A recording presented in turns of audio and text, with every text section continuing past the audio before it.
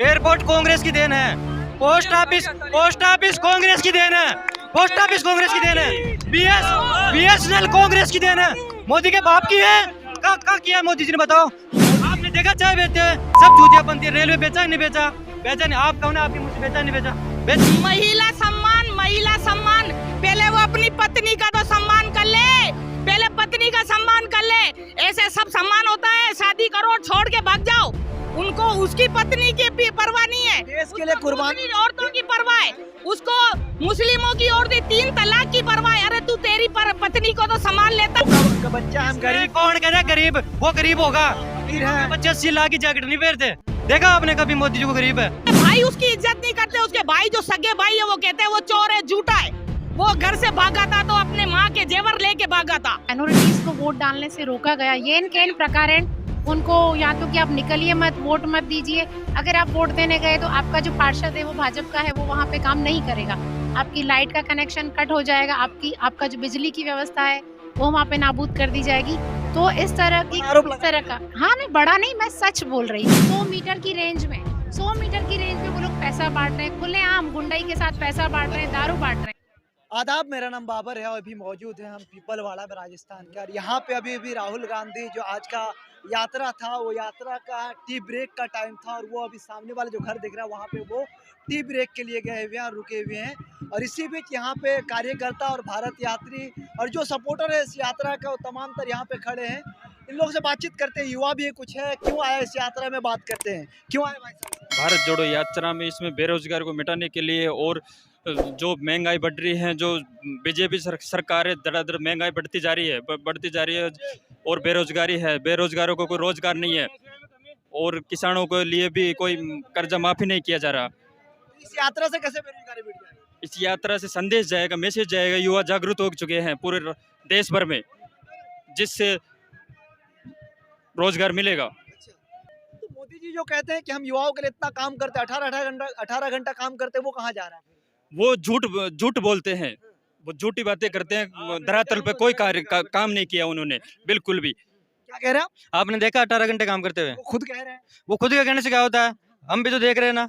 हम नहीं देख रहे आपको? क्या देख रहे हम देख रहे हैं मोदी जी को। मोदी जी कोई काम नहीं कर रहे हैं। उन्होंने रेलवे भेज दिया, बीएसएनएल भेज दिया, पोस्ट ऑफिस भेज दिया, एयरपोर्ट भेज दिया। अब क्या बचा है? हमको बेचेंगे थोड़े दिनों में। वो 3 कानून लाए थे, वो क्या कहते थे आपको पता है? कि ये अच्छे हैं। जब वापस लिए तब भी क्या कहते हैं? चलो हमने और अच्छे कर लिए, वापस ले लिए। वो उनकी बुराई कभी नहीं करते उनके मुंह से। आपने देखा चाय बेचते हो कभी? आपने देखा मीडिया चलाते हो? देखा कभी चाय बेचते हो? कोई चाय वाय नहीं बेची उन्होंने। कह रहे हैं ना, मानना पड़ेगा। नोटंकी है साहब। ओरिजिनल देश कांग्रेस के पीछे है, कांग्रेस के साथ है, कांग्रेस गरीबों की। क्या किया मोदी जी ने? 70 साल में कांग्रेस ने बेचा है देश तो वो बेच रहा है। वो उसने दिए क्या? उसने दिया एयरपोर्ट उसने दिया है क्या? मोदी के बाप का है क्या एयरपोर्ट? कांग्रेस की देन है। एयरपोर्ट कांग्रेस की देन है। पोस्ट ऑफिस कांग्रेस की देन है। पोस्ट ऑफिस कांग्रेस की देन है। बीएसएनएल कांग्रेस की देन है। मोदी के बाप की है। क्या किया मोदी जी ने बताओ? 3 कानून लागू किए थे, तब क्या किया था? मैंने अच्छा किया किसानों के लिए। अच्छा किया था क्या उन्होंने? जब वापस लिया तब भी क्या करे? अच्छा किया था? कोई अच्छा नहीं किया है। पूरे देश के युवा और बुजुर्ग और कांग्रेस के सिपाही जो किसान है, जो पूरे के पूरे कांग्रेस के साथ है, मोदी के साथ दिखावा रही मीडिया, ये झूठे मीडिया है। 2024 में जवाब देंगे। अब देख लिया बहुत सारा इनका। क्या मोदी जी हट जाएंगे? मोदी जी साफ है। कौन आएंगे? किसने देखा? राहुल गांधी प्रधानमंत्री बनेगा देश के बारे कह रहे हैं कि उनमें मैच्योरिटी नहीं है। कैसे नहीं है मैच्योरिटी कैसे नहीं है? भाजपा के कहने से क्या होता है? हम तो गांव से जुड़े हुए आदमी हैं, हम किसानों के लोग हैं। ये वो जानता है मोदी जी कितनी पानी लगता है सरसों के अंदर? गरीबों का बच्चा हम गरीब। कौन कहता है गरीब? वो गरीब होगा, बच्चे 80 लाख की जैकेट नहीं पहनते। देखा आपने कभी मोदी जी को गरीब है? आपने देखा चाय बेचते हुए सब चूतियापंथी। रेलवे बेचा नहीं बेचा? बेचा नहीं। आप कौन है? आपके मुंह से बेचा नहीं बेचा? बेचा ना? बेचा नहीं बेचा? बेचा है, लेकिन वो कह रहे हैं बेचा नहीं। सुनिए मेरी बात। कांग्रेस ने बनाया, वो बेचा है। वो बना के बेचेंगे जब मानेंगे। मोदी जी ने कुछ नहीं बनाया इस देश में। कहते हैं कि प्राइवेटाइजेशन इसलिए किया है कि ताकि अच्छे तरीके से सुविधा मिले। अच्छा, अच्छे तरीके के लिए कहा है। एक बात, जब ये सारी रेलवे बेच रहे हैं, रेलवे बेच देंगे, जब सरकारी रेल चलेगी तो ये इन्होंने जो बेची है ना, इनको क्लियर लाइन देनी पड़ेगी। इसलिए सरकारी रेल को रोकना पड़ेगा और फिर जनता से कहेंगे देखो प्राइवेट में कितनी अच्छी सुविधा है, तो आपको टाइम से टाइम पहुंचाती है। ऐसे करके सारी रेल बेच देंगे और एक में अभी LIC का कितना फंड इन्होंने अडानी अंबानी की कंपनी में लगा दिया। अभी 4 दिन पहले की बात है। अरबों रुपया जो गरीबों का 1-1 रुपया दिन का इकट्ठा करके वो LIC में अपनी पॉलिसी करवाते, वो सारा उनको दे दिया।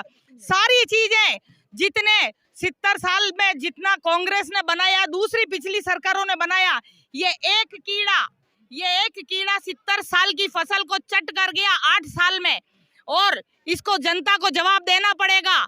और हम चाहते हैं, ये जनता, पूरे भारत की जनता चाहती है कि इलेक्शन बैलेट पेपर से हो, क्योंकि इनकी EVM सेट होती है। कहीं भी वोट डालो, जाता बीजेपी को है। जिस देश ने ऐसी बात है तो हिमाचल में कैसे आप लोग जीत गए? जिस देश में ये EVM बनी ना, वहाँ बैलेट पेपर से चुनाव होते हैं। अमेरिका, फ्रांस, जर्मनी, सब जगह नहीं। सुनिए, जब हिमाचल में कैसे फिर आप लोग सरकार? भाई वहाँ कुछ ऐसा कि इनको गुजरात में लाना था, इन्होंने उधर ध्यान नहीं दिया, क्योंकि आने वाले चुनाव में जो 2024 में हो गए ना, अभी ये यही कहेंगे। और मीडिया भी, मैं आपके माध्यम से कहना चाहती हूँ कि मीडिया भी यही प्रचारित करेगा कि देखो वहाँ तो MEM खराब नहीं थी, हमने सेट नहीं करी, कैसे जीत गए वहाँ। ये हर मीडिया वाला, हर इंसान, ये बीजेपी वाला यही पूछेगा। पर 2024 में जब होगा, पूरी मशीनें सेट हो जाएगी, फिर कहेंगे। और एक ये इनका ये होगा कि ये 2024 से पहले, जनवरी 24 के जनवरी फरवरी में कोई ऐसा, जैसे पिछले चुनाव से पहले किया था, पुलवामा अटैक करवाया था और 150 शहीद करवा दिया, वैसे ही कोई ऐसा कारनामा करेंगे और जनता की सिंपैथी लेंगे उनका। और सारी मोदी जी का कोई काम आप लोगों को अच्छा नहीं लगता क्या? वो कहते कोई योजना लाते बरगला देते हैं कांग्रेस वाले, 4 साल का योजना लाया था। क्या योजना बताइए आप, एक योजना बताइए। सारी योजनाएं कांग्रेस की, और इन्होंने नाम बदल दिया। इन्होंने प्रधानमंत्री आवास का नाम बदल के इन्होंने प्रधानमंत्री आवास कर दिया। इंदिरा आवास योजना कहाँ गया भाई? और जो जितनी योजनाएं सब बदल के, और इन्होंने पहले ये कहते थे आधार कार्ड गलत है, अब ये खुद कहते हैं आधार कार्ड सही है, आधार कार्ड के बगैर कोई काम नहीं चलेगा।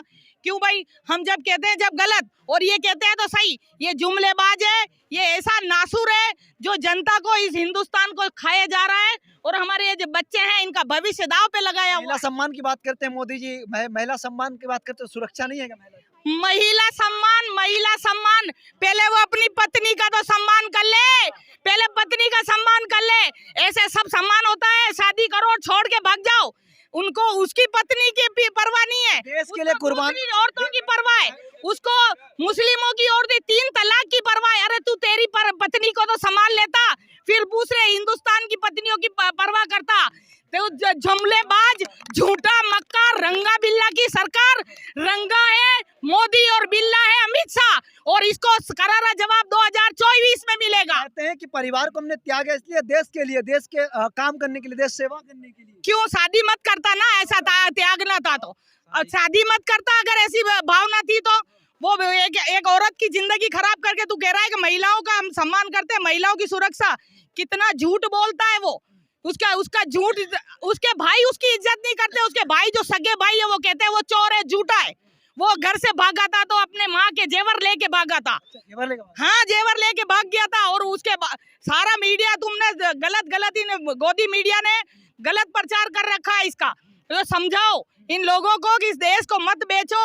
कहीं ना कहीं तुम्हारी आने वाली 2-3 पीढ़ियों के बाद ये गोदी मीडिया की भी बच्चे आएंगे उसी धरातल पे, क्योंकि जब मोदी भी नहीं होगा और ये भी नहीं होंगे, जब उनके बच्चे भी भीख मांग रहे होंगे। क्या लगता है कि इस यात्रा से जो आप लोग कह रहे हैं कि कहीं ना कहीं महंगाई, बेरोजगारी और जाति और धर्मों में लोग बढ़ चुका, वो खत्म हो जाएगा? नफरत मिटेगी, भाईचारा बढ़ेगा, और जो लोगों को भ्रमित किया गया है उनको वो नफरत मिटा के और उनको सोचने का टाइम मिलेगा। मैं अभी भी कहती हूँ, इस यूट्यूब और ये जो इसमें मीडिया में जो आते हैं ना, उस इतिहास में मत जाओ। स्कूल की लाइब्रेरी, इसकी कॉलेज की लाइब्रेरी, बहुत सारी लाइब्रेरी, उनमें पुराना इतिहास पढ़ो, वो जो बताए वो समझो। इन्होंने सारा इतिहास बदल दिया, संविधान बदल दिया।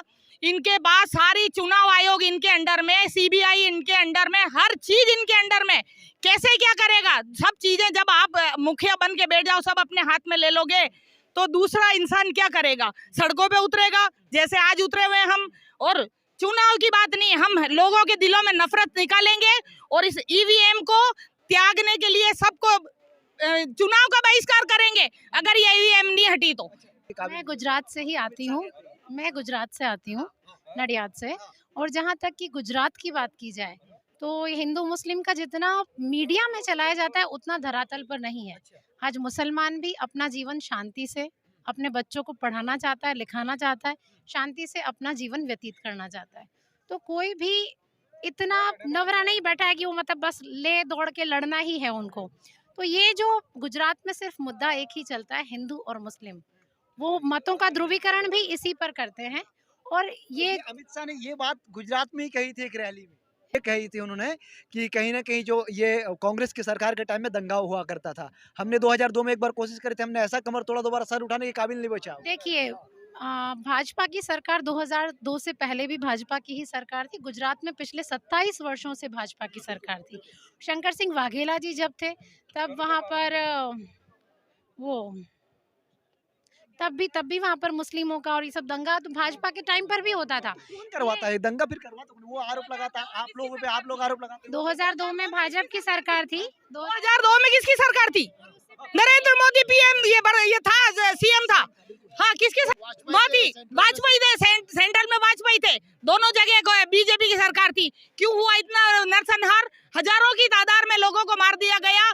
महिलाओं को उनके पेट में से पेट चीर के उनके बच्चों को निकाल के मार दिया गया। आप लोग जो लगाते हैं कि सरकार मोदी जी की थी, लेकिन बाइज्जत बरी है, चाहे मोदी जी हो अमित शाह हो, उन पे कोई केस नहीं। ये तो है कि चोर सब मौसेरे भाई है, ये सब एक जैसे हैं, क्योंकि उनकी सरकार, उनके गुंडे तो उनके हाथ में, तो वो तो करेंगे ही। शर्म आनी चाहिए मोदी को कि जिन पर बलात्कार का, खून का इल्जाम लगा, रोज उम्र कैद हुई, उनको इन्होंने बरी कर दिया। बहुत शर्म की बात है। हम इसका बहुत विरोध करते हैं, उसकी भर्त्सना करते हैं कि ऐसे लोगों को, अगर किसी की बहन बेटी, बहू बेटी कोई भी सुरक्षित नहीं रहेगी, कोई भी सुरक्षित नहीं रहेगी अगर यही रहे तो। और चाहते हैं कि हम कांग्रेस की सरकार बने, केंद्र में भी कांग्रेस की सरकार बने और सभी राज्यों में कांग्रेस की सरकार बने। ये कहते हैं कि कांग्रेस की सरकार होती है जब दंगे होते हैं। अभी जो चुनाव हुए, आप उसमें देखो, कहीं जाके विश्लेषण करो, उसमें जो कांग्रेस के वोटिंग एरिया था वहां उन्होंने गुंडे लगा दिए और उनको बाहर नहीं निकलने दिया। वोटरों को, हजारों की तादाद में वोटर बाहर नहीं निकल सके। जहां मुस्लिम एरिया था वहां बस यही कहा इन्होंने कि अगर शांति से रहना चाहते हो। गुजरात हाँ जी, ऐसा हुआ। वहाँ पे माइनॉरिटीज को वोट डालने से रोका गया। येन केन प्रकारेण उनको, या तो कि आप निकलिए मत, वोट मत दीजिए। अगर आप वोट देने गए तो आपका जो पार्षद है वो भाजपा का है, वो वहाँ पे काम नहीं करेगा। आपकी लाइट का कनेक्शन कट हो जाएगा, आपका जो बिजली की व्यवस्था है वो वहाँ पे नाबूद कर दी जाएगी। तो इस तरह का, हाँ, मैं बड़ा नहीं, मैं सच बोल रही हूँ, ये वहाँ की वास्तविकता है। ऐसा वहाँ पर हुआ। चुनाव आयोग उनकी गोद में बैठी हुई है। माइनॉरिटी के लोगों को रोक दिया जाता है कि वोट देने मत जाइए, मतलब रोका। माइनॉरिटी के लोगों को रोका गया इस बार मत डालने से।